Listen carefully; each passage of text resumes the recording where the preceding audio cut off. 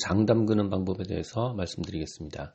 장 담그기는 크게 메주를 소금물에 넣는 장 담그기, 간장과 된장을 나누어주는 장 가르기, 장 끓이기의 순서로 진행이 됩니다.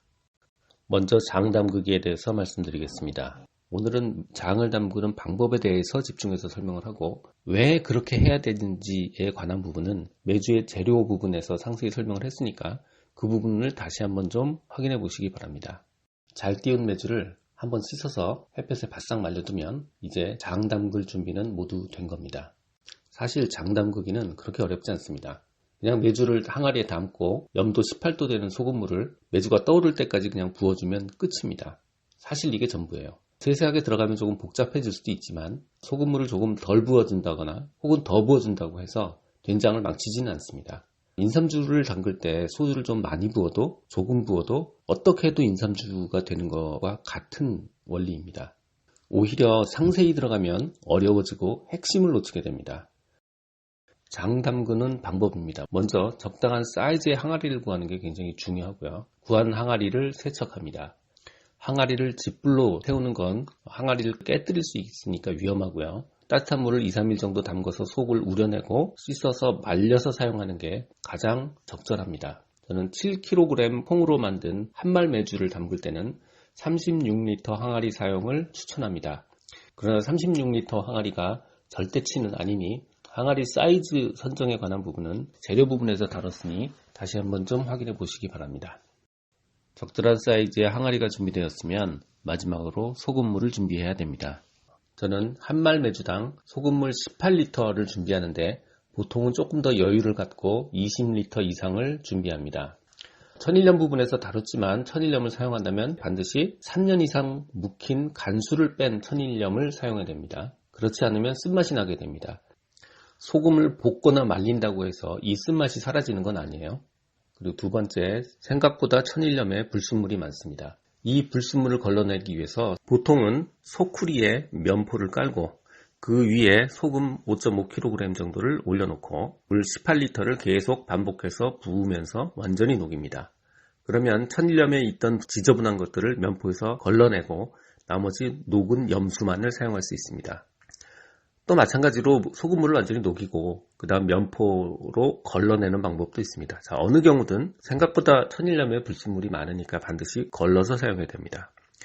마지막 염수, 소금물을 만들 때 가장 중요한 건 염도를 맞추는 겁니다. 보통 18도 염도를 맞추는 게 가장 중요한데 옛날에는 염수에 계란을 띄워서 500원 동전만큼 뜨면 이게 이제 가장 적절하다고 해서 사용을 했었는데 계란으로 500원짜리 동전만큼을 확인하는 게 그리 정확하지 않아요. 그래서 차라리 추천하는 거는 몇천 원 정도면 살 수 있으니까 온도계처럼 생긴 염도계를 사서 사용을 하는 게 가장 좋습니다.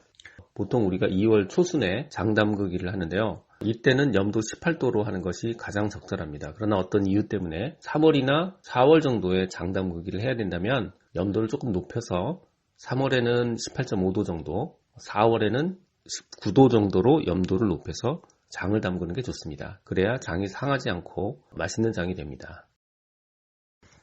이제 모든 재료는 준비가 다 된 겁니다. 이제 이 모든 재료를 항아리에 담기만 하면 됩니다. 먼저 항아리에 메주를 얼기설기 넣습니다. 그리고 준비해둔 깨끗한 소금물을 붓습니다. 아마 18L 이상 부으면 메주가 1, 2cm 정도 뜨게 됩니다. 이게 가장 정상입니다. 그러나 만약에 메주가 가라앉았다면 이건 염도가 낮았거나 메주가 덜 마른 겁니다.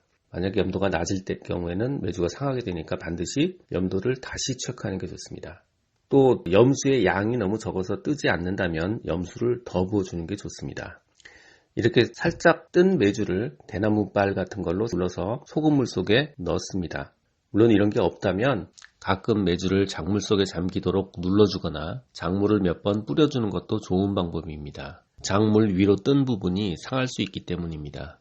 가장 이상적인 항아리의 사이즈는 이 모든 재료를 다 넣었을 때 항아리의 90% 이상을 채우는 게 가장 좋습니다. 그래야 햇볕이 장의 윗부분에 닿으면서 상하지 않고 건강한 장이 될 수 있습니다.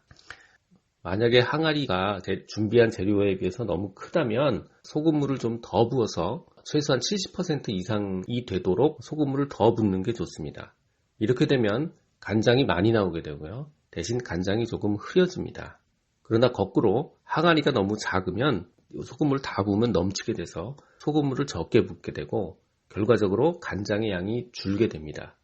물론 간장의 양은 줄지만 간장은 짙은 간장이 되겠죠. 따라서 소금물의 양을 몇 리터를 넣는다에 집중하기보다는 항아리에 맞춰서 소금물을 넣는 게 훨씬 더 좋습니다. 최근의 추세는 간장과 된장을 어마어마하게 많이 먹는 게 아니기 때문에 오히려 짙은 간장을 더 선호하게 되고 항아리 사이즈를 표준보다 조금 줄여서 사용하는 게 최근의 추세입니다. 모든 재료를 항아리에 넣었으면 이제 불로 담근 숯을 칙 소리가 나도록 넣어주고요. 고추, 깨, 마른 대추 등을 넣어서 띄워줍니다. 사실은 숯이나 고추, 깨, 대추 같은 건 넣지 않아도 장 만드는 데는 아무 지장이 없습니다. 이렇게 잘 담궜으면 투명 장독대 뚜껑을 구해서 덮습니다. 그리고 햇볕이 잘 들고 바람이 잘 통하는 곳에다가 이 장독을 두면 됩니다. 우리가 알아야 되는 내용은 장담그기는 어찌 보면 소금물로 메주의 성분을 우려내면서 발효를 하는 겁니다. 그러니까 결과적으로 우리는 딱 두 가지만 기억을 하면 되는 거죠. 자, 첫 번째, 소금물의 염도를 반드시 18도 이상으로 유지해야 됩니다. 소금을 몇 킬로를 붓느냐 이게 중요한 게 아니고 소금물의 염도를 18도 이상으로 유지해야만 상하지 않고 맛있는 성분을 뽑아낼 수 있는 겁니다. 두 번째, 장은 햇볕과 소금에 의해서 상하지 않고 발효가 되는 겁니다. 그러니까 항아리를 최대한 채워서 담아서 볕이 잘 들어가게 하고 항아리 자체를 통풍과 햇볕이 잘 되는 좋은 곳에 두어야 됩니다. 그래야 가장 맛있는 발효가 진행될 수 있습니다. 오늘의 핵심은 메주를 항아리에 담고 18도 소금물을 메주가 떠오를 때까지 붓는다. 이것만 기억하시면 됩니다. 장 담그기를 하고 50여일 정도 지나면 이제 장 가르기를 할 차례입니다. 장 가르기는 말 그대로 된장과 간장을 나누는 일입니다. 예전엔 보통 한 60일 정도 지나서 장 가르기를 하곤 했었는데 그러면 메주가 너무 풀어져서 간장이 탁해지고 간장이 너무 많이 빠져서 된장도 맛이 떨어지는 그런 경향이 있었습니다. 그래서 보통은 2월 초에 장을 담그니까 3월 말이나 4월 초 한 50일 정도가 되면 장 가르기를 합니다. 그러나 해마다 날씨가 다르고 기온이 다르니까 딱 50일에 해야 된다 이렇게 말할 수 없습니다. 그것보다는 차라리 메주의 상태를 확인하면서 장 가르기를 하는 게 가장 좋은 방법입니다. 표준 날짜를 50일이라고 했으니까 50일보다 한 5일 전 45일 정도가 지나면 장 담그기를 한 메주를 손가락으로 이렇게 눌러보면 메주가 손가락이 쑥 들어가게 되면 이제 장 담그기를 할 최적의 시기가 된 겁니다. 구멍이 파지지 않고 메주가 물속으로 밀려 들어가게 되면 이건 5일 후에 다시 한번 시도를 해봅니다. 자, 이렇게 해서 최적의 날짜를 잡은 후에 장 가르기를 하는데 장 가르기는 그렇게 어려운 일은 아닙니다. 첫 번째, 메주 덩어리를 깨지지 않게 최대한 꺼내서 된장독에 담고 나머지 국물은 간장독에 담으면 됩니다. 그런데 하다 보면 메주가 깨집니다. 그러나 좀 깨진다 하더라도 간장이 좀 탁해질 뿐이지 특별한 문제가 생기는 건 아닙니다. 먼저 큰 대야 같은 걸 준비를 해서 덩어리 메주를 놓고 된장독에 담기 전에 이거를 잘 부수고 섞어서 된장독에 담는데 이때 전체 분량의 한 10분의 1 정도의 메주가루를 더 섞어서 넣어주고 또 10분의 1 정도의 볶은 콩가루를 넣고 잘 섞어줍니다. 물론 어떤 곳에서는 콩살물물을 넣어주기도 합니다. 근데 메주가루를 넣거나 콩가루를 넣는 모든 이유는 된장에 있는 미생물들에게 새로운 먹이를 제공을 해서 보다 풍성한 발효를 만들게 하기 위함입니다. 제 경우는 한말 메주가 5덩어리로 되어 있다면 이 중에 4장 반을 50일 전에 장을 담그고 반장을 두었다가 그 반장을 부셔서 장 가르기 할 때 나중에 넣어줍니다. 또 사실 이 된장을 만들 때 굉장히 많은 비법들이 존재합니다. 예를 들어서 어떤 사람들은 표고버섯이나 표고버섯 가루를 넣기도 하고 북어를 넣는 사람도 있고 온나무나 오가피, 엄나무 이런 것들, 이런 다양한 재료를 여기에 추가로 넣는 분들이 계십니다. 물론 이런 것들이 다 감칠맛이나 약성을 더해주는 그런 요인들이 되기도 하고요. 그런데 제 생각은 순수한 된장을 잘 만들어 두면 이런 종류의 감칠맛 재료는 나중에 요리할 때나 추후에 얼마든지 넣을 수 있으니까 순수한 된장을 잘 만드는 쪽으로 집중을 하는 게 좋겠다라는 게 제 생각입니다. 그러나 전에 내려온 비법들을 한 번씩 해보는 것도 좋은 방법이긴 합니다. 이런 부수 재료들을 넣고 잘 부셔서 섞은 이후에 된장독에 담으면 되는데, 이때 이 된장이 너무 뻑뻑하다 싶으면 간장을 조금씩 넣어주는 게 좋습니다. 질퍽한 상태가 가장 이상적입니다. 이제 이렇게 된장을 담았으면 된장이 상하지 않도록 위에 천일염을 한 1ml 정도 뿌려줍니다. 천일염을 뿌리지 않고 고추씨로 덮는 분들도 계시고 메주가루로 덮는 분들도 계시고 작년에 만든 된장의 위에 뜬 부분을 또 덮는 분들도 계십니다. 이 모든 목적은 다 된장이 상하지 않도록 겉을 보호해주는 겁니다. 우리가 마치 상처가 나면 딱지가 생겨서 상처를 보호하는 것과 같은 이유입니다. 나머지 간장은 채로 잘 걸러서 간장독에 담아두면 됩니다. 자, 이렇게 간장 된장을 갈라서 나누어 놨으면 이제 햇볕이 좋고 통풍이 좋은 곳에 독을 두고 10월까지 기다리면 됩니다. 원래 예전에 계량형 뚜껑이 나오기 전에는 매일 햇볕이 좋으면 장독 뚜껑을 열어서 햇볕을 쏘여주고 비가 오면 달려가서 뚜껑을 닫아주고 하는 것들을 매일매일 반복해서 가을까지 관리를 했었지만, 요즘은 이렇게 유리로 된 투명한 계량형 뚜껑이 나왔기 때문에 그런 수고로움이 사라져서 굉장히 장 관리하기가 편해졌습니다.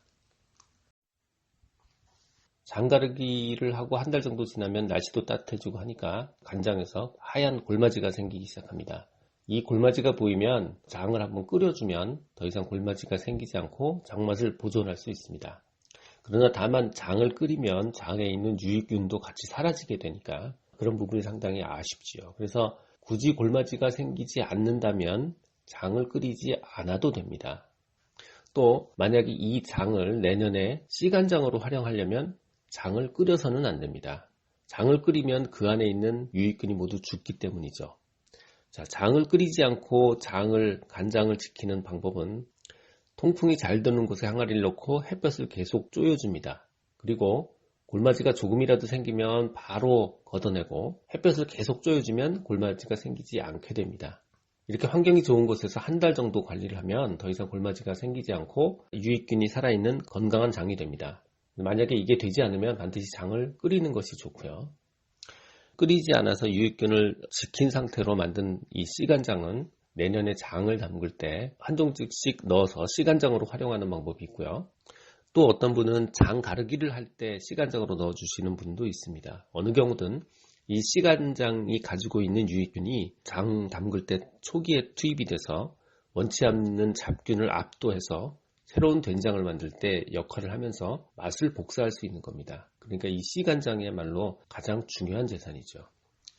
자, 이렇게 장 끓이기를 하거나 혹은 장을 잘 관리하면서 10월까지 기다리면 이제 장 만들기는 드디어 완성이 된 겁니다.